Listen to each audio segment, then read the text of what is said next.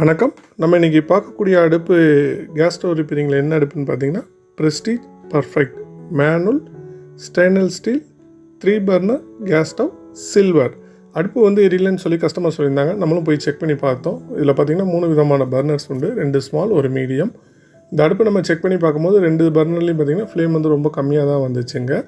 அதன் பிறகு பார்த்திங்கன்னா சுத்தமாக வந்து ஃப்ளேம் வரல. இதில் பார்த்திங்கன்னா தெரியும். அடுப்பு வாங்கி அவங்க 10 இயர்ஸ் ஆச்சுன்னு சொன்னாங்க. பார்த்திங்கன்னா அந்த gas stove cork valve rod வந்து உடஞ்சி போச்சுங்க.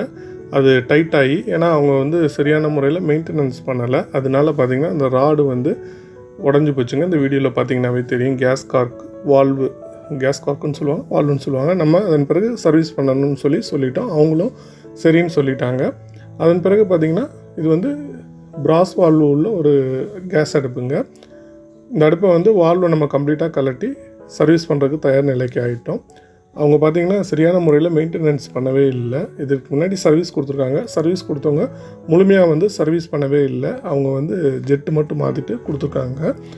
அதன் பிறகு பார்த்திங்கன்னா அந்த கேஸ் பிராஸ் வால்வு கார்க்கு வந்து ரொம்ப டைட்டாகி அந்த இது பார்த்திங்கன்னா ஒரு ராடே பார்த்திங்கன்னா உடஞ்சி போச்சு. இந்த வீடியோவில் நம்ம காமிச்சிருக்கோம், பார்த்திங்கனாவே தெரியும். எப்போவுமே அடுப்பை வந்து ஒரு சர்வீஸோட கணக்கு 1 இயர் கணக்குங்க. மினிமம் வந்து 2.5 இயர்ஸ் 3 இயர்ஸ் கழிச்சு கண்டிப்பாக நம்ம வந்து அடுப்பை வந்து சர்வீஸ் பண்ணிக்க நல்லதுங்க. அதன் பிறகு இது பிராஸ் வால்வுன்னு சொல்கிறனால கம்ப்ளீட்டாக நம்ம அந்த வால்வு கேஸ் கார்க்கை வந்து கம்ப்ளீட்டாக கலட்டி நம்ம வந்து சர்வீஸ் பண்ண ஆரம்பிச்சிட்டோங்க. கம்ப்ளீட்டாக 3 பர்னர் வால்வையும் வந்து நம்ம ஃபுல் சர்வீஸ் பண்ணிட்டோங்க. பண்ணிவிட்டு இந்த ராடு பார்த்திங்கன்னா கேஸ் கார்க்கோட வால்வு நல்லா இருந்துச்சு, ப்ரெஸ்டீஜ் கம்பெனி. அதனால் நம்ம வந்து அந்த கேஸ் கார்க் வால்வு வந்து நம்ம மாற்றலை, அந்த ராடு மட்டும் நம்ம வந்து மாற்றி கொடுத்துட்டோங்க. ஏன்னா நல்லா இருந்துச்சு, நல்லா இருக்கிற பொருளை நம்ம வந்து மாற்ற வேணாம்னு சொல்லிட்டோம். நல்ல கம்பெனிங்க, ப்ரெஸ்டீஜோட கம்பெனி. இவங்க வாங்கி 10 இயர்ஸ் ஆகுதுங்க. நல்ல சூப்பராக இருக்கும் இந்த அடுப்பை பொறுத்த வரைக்கும். இப்போவும் இந்த அடுப்பு கிடைக்குது, தாராளமாக நீங்கள் வந்து வாங்கி பயன்படுத்துங்க. கம்ப்ளீட்டாக நம்ம 3 பர்னரையும் வந்து கேஸ் கார்க்கு வால்வு சர்வீஸ் பண்ணிட்டோங்க. இதில் பார்த்திங்கன்னா மீடியம் பர்னர் டாப் பார்த்திங்கன்னா கொஞ்சம் ஃபுல்லாக தேஞ்சு போயிருந்துருச்சுங்க. அதன் பிறகு நம்ம அந்த டாப்பையும் வந்து மாற்றிடுவோம் அப்படின்னு சொல்லி கஸ்டமர்கிட்ட சொல்லிட்டோம். அவங்களும் சரின்னு சொல்லிட்டாங்கங்க. அடுப்பு ஒரு வழியாக ஃபிட் பண்ணியாச்சு, சர்வீஸ் பண்ணிவிட்டு. இந்த வீடியோவில் பார்த்திங்கன்னாவே தெரியும். கம்ப்ளீட்டாக அடுப்பு வந்து எரிய ஆரம்பிச்சிருச்சு 3 பர்னருமே. கஸ்டமரும் ஹாப்பி, நம்மளும் ஹாப்பிங்க. அதே மாதிரி அவங்க வீட்டு அடுப்பு பர்னர் ஸ்டாண்டு வந்து போயிருந்துச்சுங்க. அந்த ஸ்டாண்டையும் நம்ம வந்து மாற்றி கொடுத்துட்டோம். ஏற்கனவே நம்ம ஒரு ஸ்டாண்டு ப்ரெஸ்டீஜ் ஸ்டாண்டு வந்து வச்சுருந்தோம். அந்த ஸ்டாண்டையும் வந்து நம்ம மாற்றி கொடுத்துட்டோம்.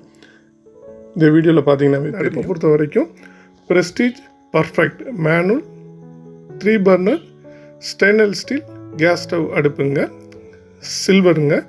நல்ல குவாலிட்டிங்க. இப்போ இந்த அடுப்பு கிடைக்குது, வாங்கி தாராளமாக நீங்கள் பயன்படுத்தலாம். இந்த வீடியோ கண்டிப்பாக பிடிச்சா லைக் பண்ணுங்கள், ஷேர் பண்ணுங்கள், சப்ஸ்கிரைப் பண்ணுங்கள்.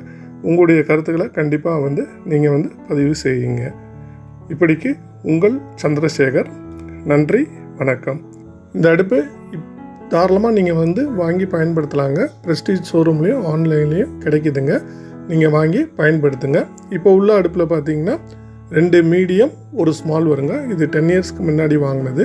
இதில் பார்த்திங்கன்னா 2 ஸ்மால் 1 மீடியம் வருங்க. அதே மாதிரி அந்த அடுப்பு வந்து சரியான முறையில் கஸ்டமர் மெயின்டெனன்ஸ் பண்ணலன்னு நம்ம சொல்லியிருந்தோம். என்னென்னா அவங்க தண்ணி வந்து அதிகமாக பயன்படுத்தியிருந்தனால துரு பிடிச்சிருச்சுங்க. எப்போவுமே அடுப்பை வந்து தண்ணி ஊற்றி அலம்பக்கூடாதுங்க. ஈரத்துணி வந்து புழிஞ்சு துடைக்கணுங்க. இந்த வீடியோ உங்களுக்கு பயனுள்ளதாக இருக்கும் என்று நினைக்கிறேன். கேஸ் ஸ்டவ் ரிப்பேரிங் சார்ந்த சந்தேகங்கள் இருந்தால் உங்கள் கருத்துக்களை பதிவு செய்யுங்கள்.